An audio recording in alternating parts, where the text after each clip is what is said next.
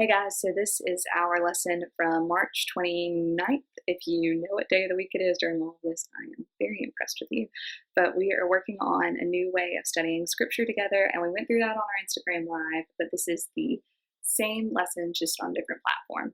So together we're going to be talking about worry tonight, and through our news coverage and the panic purchases that so many people are making and the fear of this quarantine and all kinds of craziness, there is fear and worry just like trickling down to all of us. And so we are going to be using the SOAP method of studying scripture and Luke chapter 12 to be talking about this together. And so the SOAP method of studying scripture is scripture, observation, application, and prayer. And so I'm going to start with our scripture, which, like I said, is Luke chapter 12, and I'm going to start in verse 22 if you want to read along. So it says, Then Jesus said to his disciples, Therefore I tell you, do not worry about your life, what you will eat, or your body, what you will wear. For life is more than food, and body more than clothes. Consider the ravens. They do not sow or reap, they have no storeroom or barn, yet God feeds them. And how much more valuable are you than birds? Who of you, by worrying, can add a single hour to your life? Since you cannot do this very little thing, why worry about the rest? Consider how the wild flowers grow. They do not labor or spin, yet I tell you, not even Solomon in all of his splendor was dressed like one of these. If that is how God clothes the grass of the field, which is here today and gone tomorrow to be thrown in the fire, how much more will he clothe you, you of little faith? And so then we're going to move into our observation. And what I'm observing when I'm looking at this is that Jesus was so countercultural with what he's saying here. None of this is what we normally would say to one another. We wouldn't say, hey, like, stop worrying, God's got it, without this passage of scripture.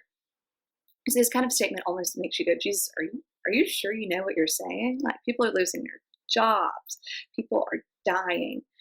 Are you sure we're not supposed to worry?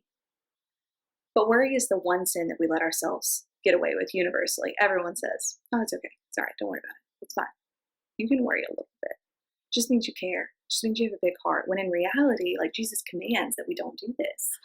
And so there are two things that we are compared to in this passage. And the first is ravens. And so in Old Testament, especially in like Jewish culture, foods are categorized into two categories. They're either clean or they're unclean. And there are a bunch of rules that go into making that. But the moral of the story is it's not just on like who gross or not gross. It is on like religiously, can you eat this? And ravens are on the no list. Like, they're gross. And so they're not something that people are like, oh, the beautiful ravens. Like, they're gross. People are not, they're not appealing.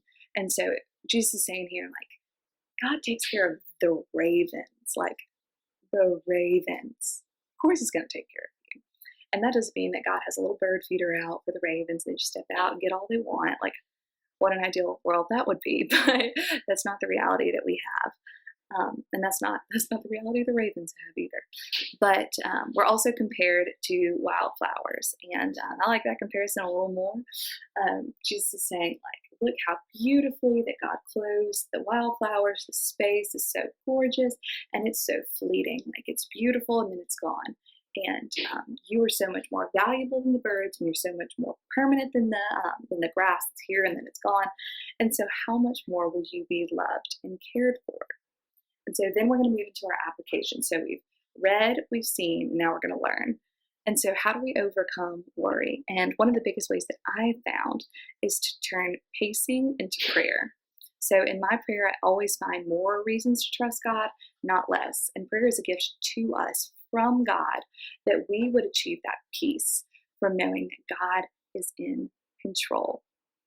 Worry breeds anxiety, but prayer gives peace.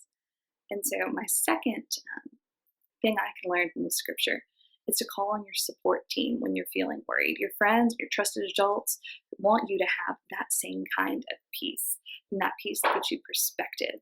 So text your small group leader, contact your youth director, shameless plug, contact your friends. You, even in a time of social distancing, you were not made to be alone.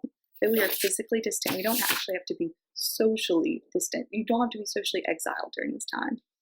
And so then we move into prayer. And prayer is a time that we can, instead of fixating on this problem, fixating on our fears, on our worries, instead we can fixate on Christ, who overcomes all of these in His timing.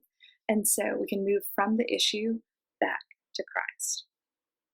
And so, as we're studying scripture together, I think this is going to be a really cool model for us to use in our Tuesday with Taylor Bible study that we are going to be doing on Tuesday. We are going to be studying the book of James together using this model. And so, I would encourage you to use the SOAP model this week on different passages, see what you learn, see what you see, and continue to fight this war on worry. We are with you, we love you, and we'll see you next week.